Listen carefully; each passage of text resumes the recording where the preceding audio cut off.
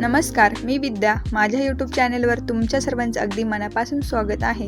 तर आम्ही आलेलो आहे पुण्यामध्ये आणि मग त्याच्या संदर्भातच मी व्हिडिओ शेअर करणार आहे तुमच्यासोबत. जर तुम्हाला व्हिडिओ आवडला तर मला कमेंट करून नक्की सांगा. तर शनिवारी संध्याकाळी 5:30-6ला आम्ही इथून पुण्यासाठी निघालो होतो आणि जवळपास तर तिथे पोचायला आम्हाला खूप उशीर झाला होता. 9:30 वाजले ते ट्रॅफिक वगैरे मध्ये आणि जातानाही असं काही क्लायमेट तयार झालं होतं. इतकं छान वातावरण होतं.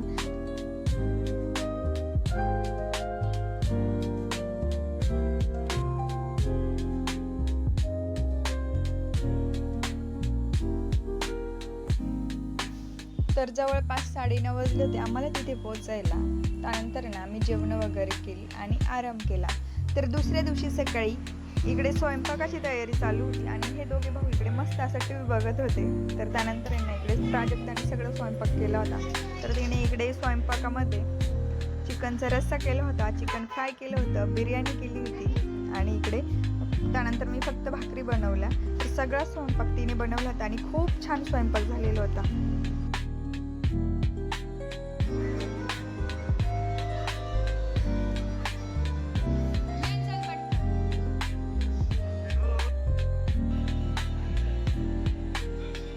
तर स्वयंपाक झाल्यानंतर मस्त अशी सर्वांनी मिळून जेवणं केली आणि त्यानंतर आराम केला. तर जवळपास 1-2 वाजले होते. आम्हाला बाहेर जायचं होतं सर्वांना सोबत. तर आम्ही इकडे बाहेर जाण्यासाठी निघालो होतो.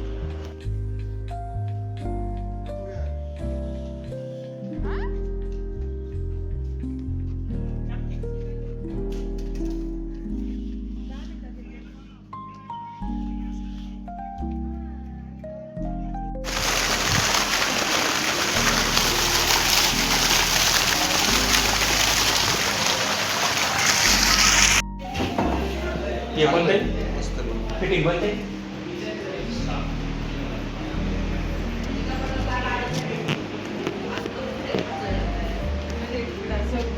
बाहेर येत नाही कपट.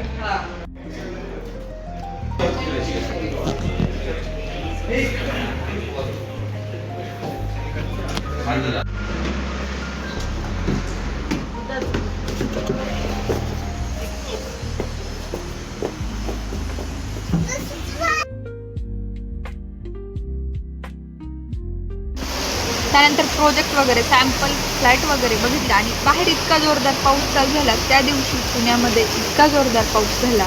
पूर्ण दिवसभर पाऊस चालू होता संध्याकाळपर्यंत.